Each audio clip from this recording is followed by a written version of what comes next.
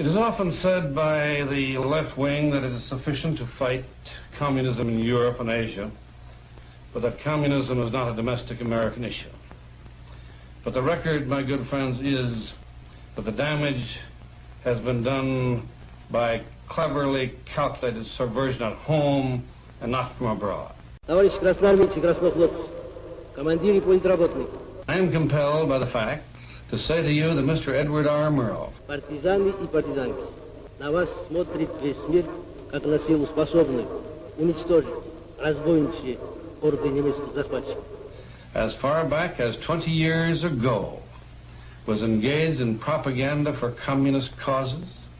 На вас смотрят все народы Европы, временно подпавшие под иго немецкой тирании, как на своих освободителей. Великая освободительная миссия выпала на вашу долю. A terrorist organization cited as subversive, Murrow is the symbol. Будьте же достойны этой миссии. Да здравствует наша славная Родина, ее свобода, ее независимость. Под знаменем Ленина вперед!